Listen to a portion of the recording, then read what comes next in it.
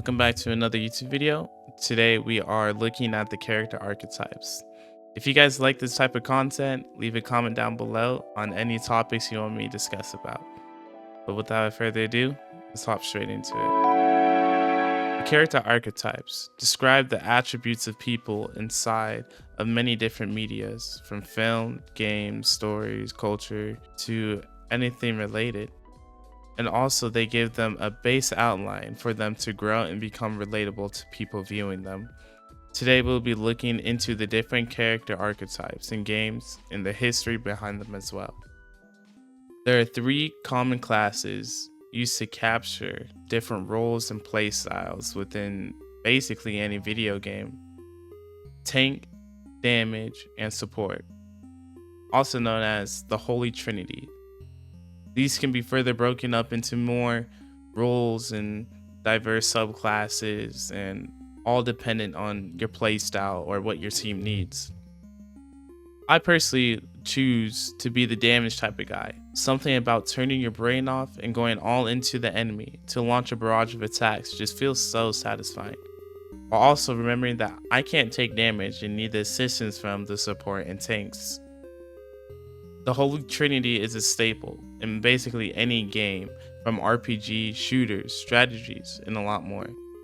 This allows developers to easily build frameworks for players to get into their own specific playstyles. The tank focuses on defense, usually using shields, taunts, and has ungodly amount of HP. Their main goal is to take aggro, also known as aggression, from the enemy and absorb incoming attacks so that the rest of the party is free to move about and does not take any damage. The support. This can encompass many variables including heals, CC, debuffs, buffs, backlining, engage, scout, and other supportive skills or playstyles to help out the team as much as possible.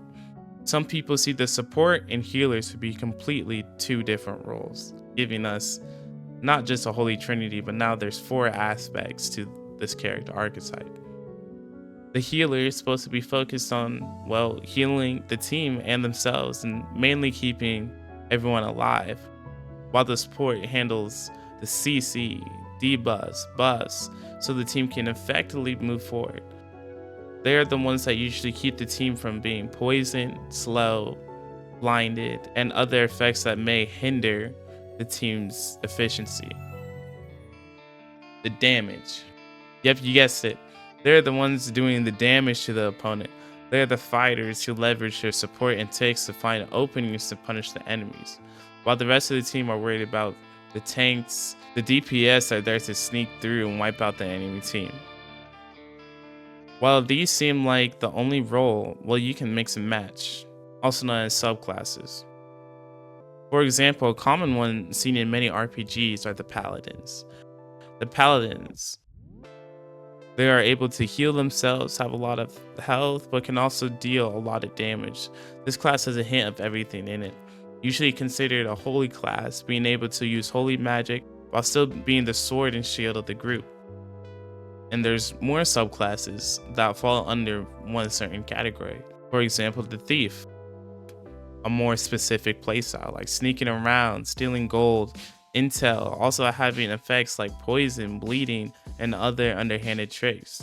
Probably falls into the support class, with the main purpose of the thief is to weaken your enemies so that your DPS can finish off the job. When talking about MMORPGs, you can't not mention these two giants: Ultimate Online and EverQuest. Ultimate Online is known as the grandfather of the MMORPG genre, being the first of its kind, and it took 2 years and $2.5 million for it to launch. And it debuted on September 1997. This was the first game to put into practice the Holy Trinity. Although the party system wasn't all there, it still had aspects of the Holy Trinity.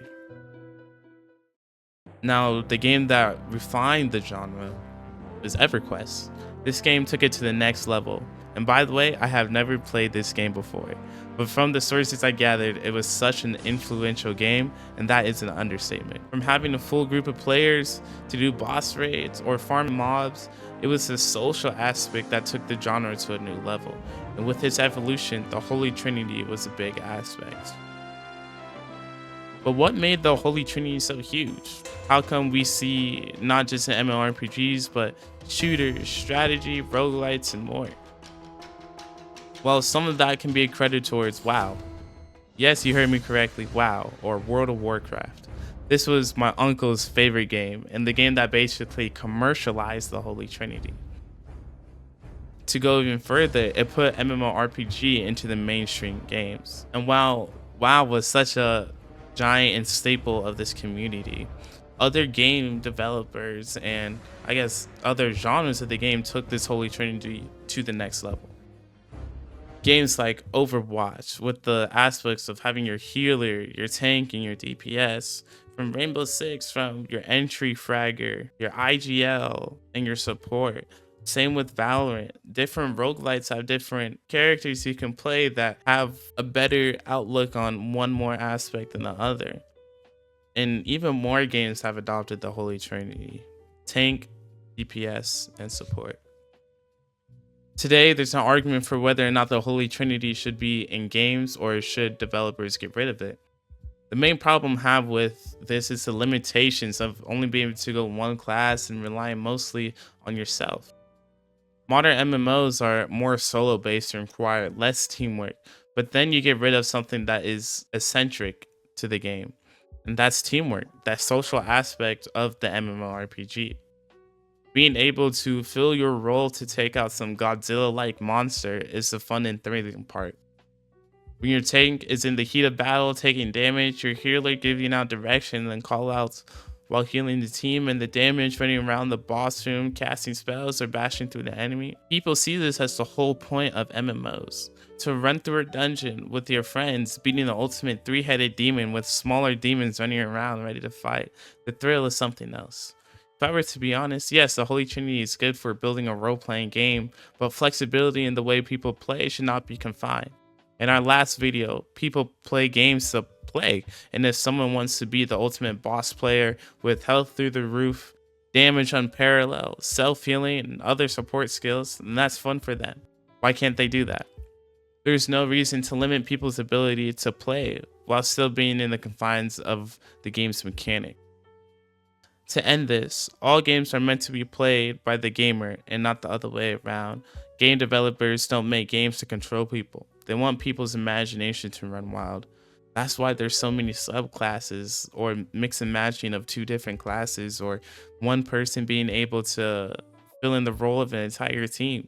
It's because people want to have fun, and that's how they play their game. So the next time your teammate is yelling at you because he decided to be a glass cannon and you're the healer, tell him to invest in some self-sustain. Thank you guys for watching. This is The General Mind.